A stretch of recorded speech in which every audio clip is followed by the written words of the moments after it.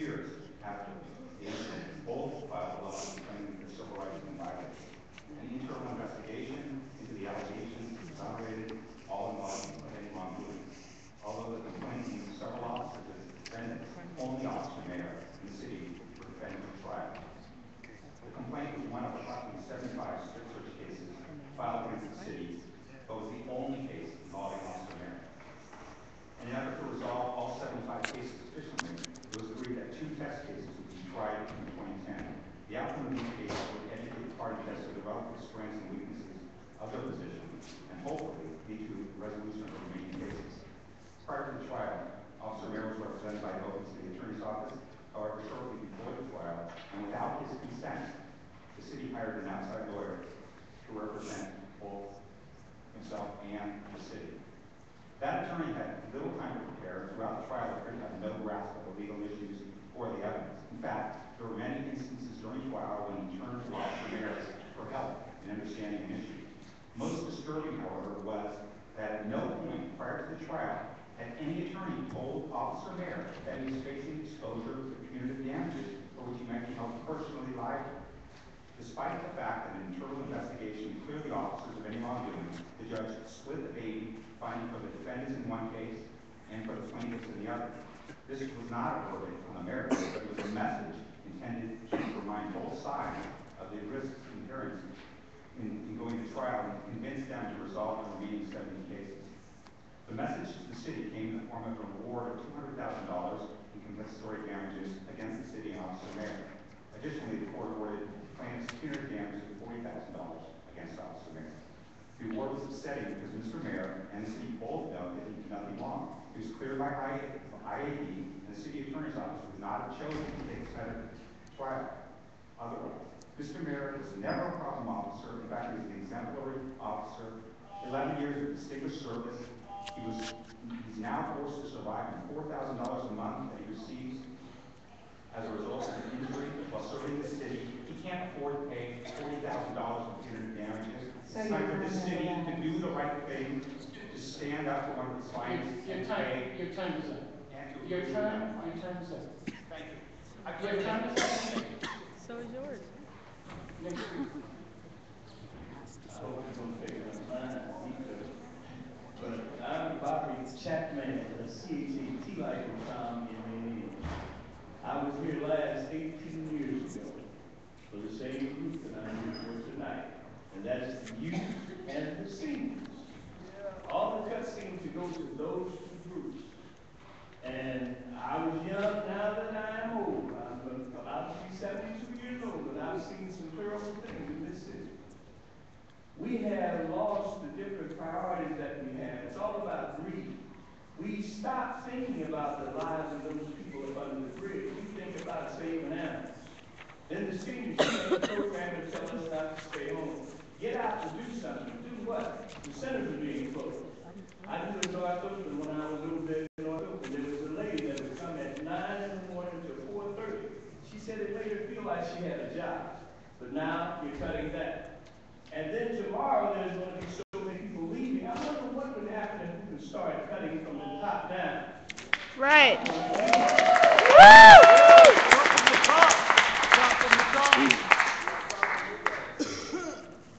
Good evening, council members. I'm presenting you with a letter signed by myself. I'm Katie Kelly Epstein, Celine Shakir from Concerned Black Men, Jeffrey Pete from the Oakland Black Caucus, and Lynette Neidhart from Allendale Neighborhood Network.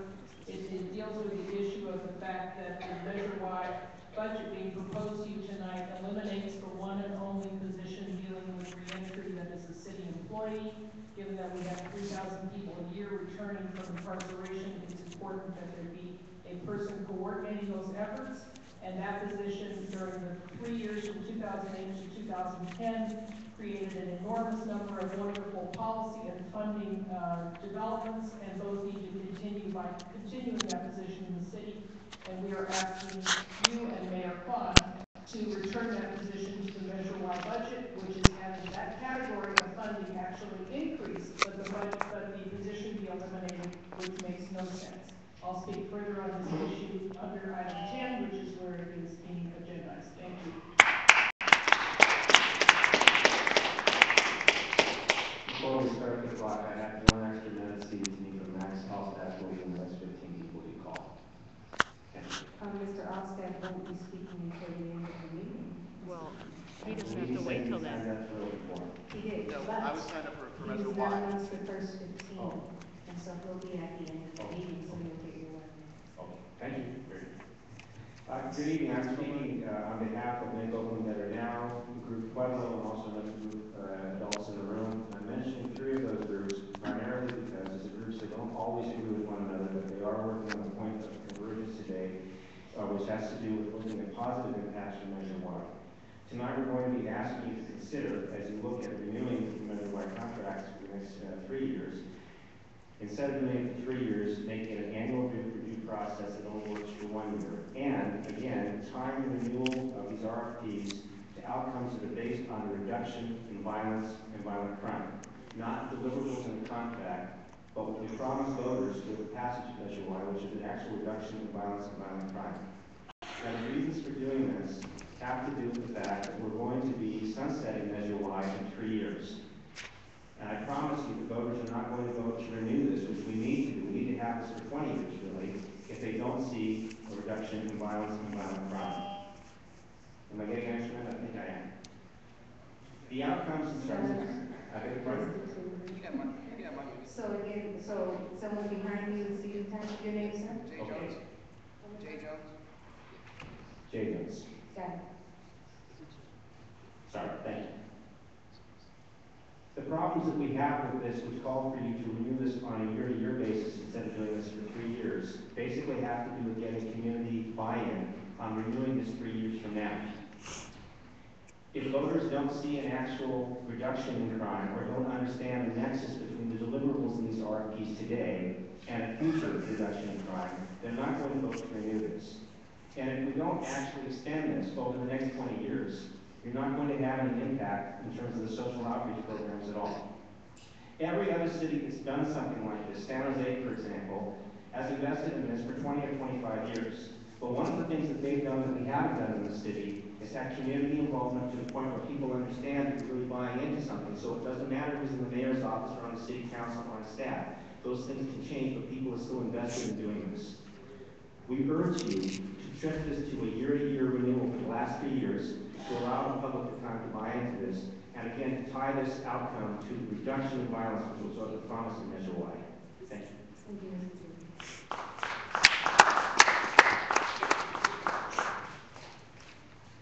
Good evening, Mr. President, members of the council, Jeff Baker, resident taxpayer in Oakland, member of Pueblo. I'd like to echo the comments of the previous speaker, but I'd actually like to add 2 other facts. Since January 2005, we spent approximately $140 million through Measure Y to reduce crime and violence. I think all of us would agree that since 2005, there's been no discernible decrease in violent crime. No. Doesn't it make sense now, before we spend the last $60 million over the next 3 years, to sit down and have a discussion about what works, what didn't work, where we can improve, how to best use those monies? That is the basis of Pueblo's request. That's what we'll be discussing with you later on item 10. Thank you very much.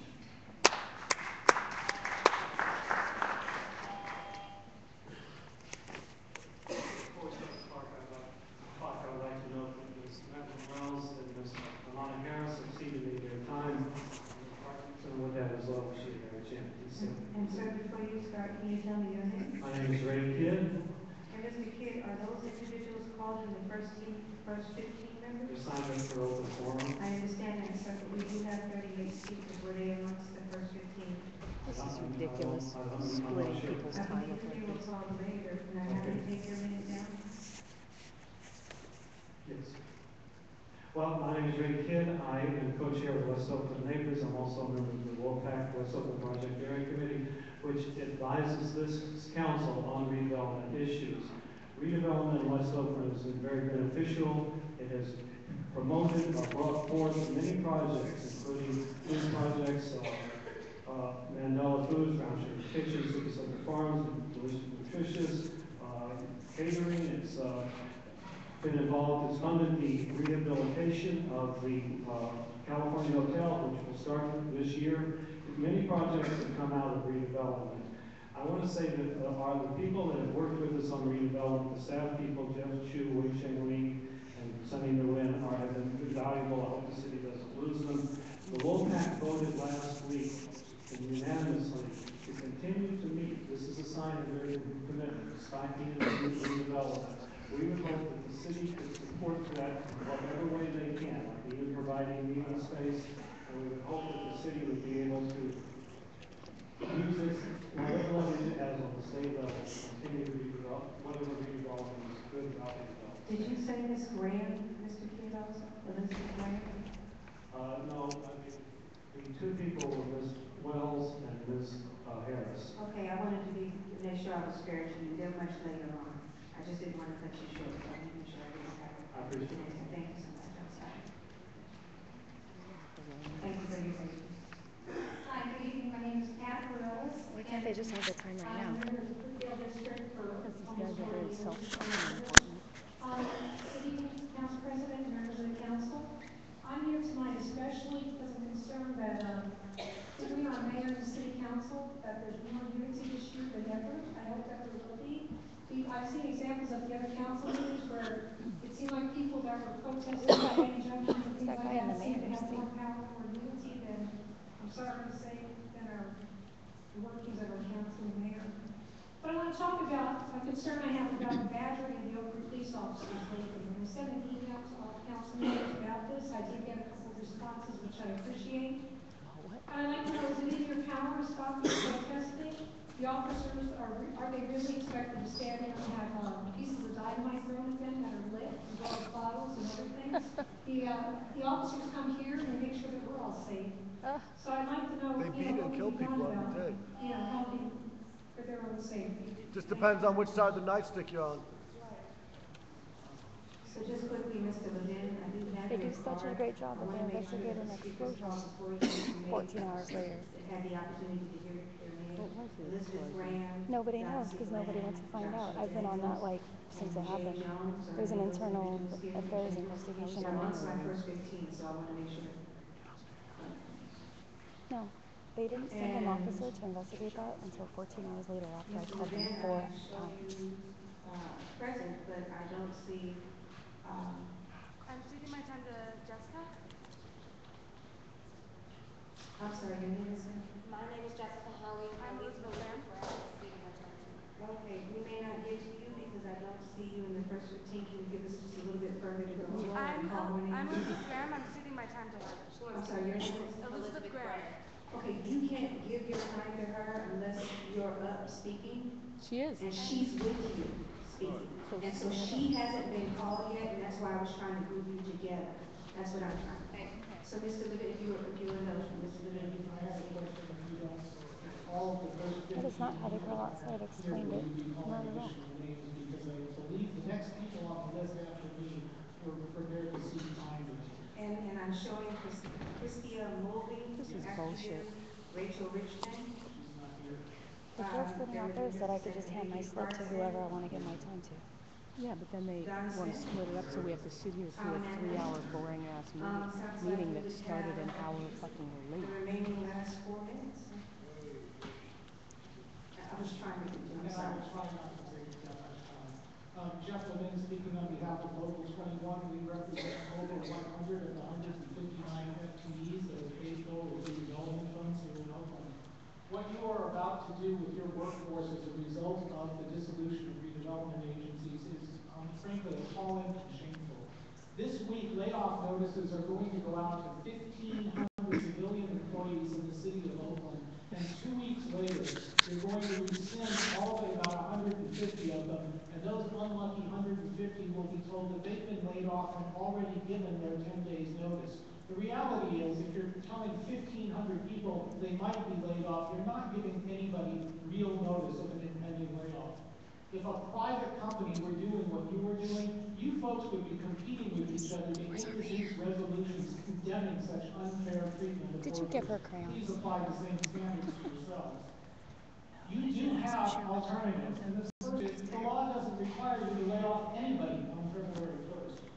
extent that staff are needed to carry out legally enforceable obligations, you can keep staff on, certainly at least until the oversight board comes into existence. And in fact, you have already put on your enforceable obligation payment schedule the cost of maintaining staff to complete projects.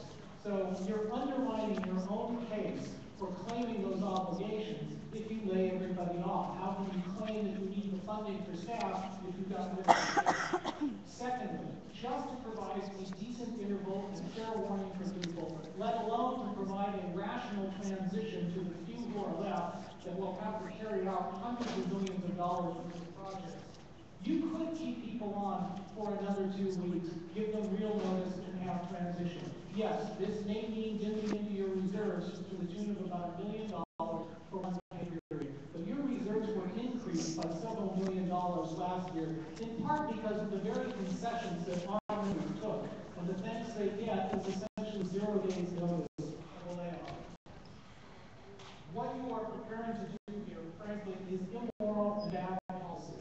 On the one hand, you are working around the clock to hold on to money, rush through property transactions, and fund projects. And on the other hand, you're working as fast as possible to lay people off with no advance notice. People who have spent 10, 15, 20 years working hard for the betterment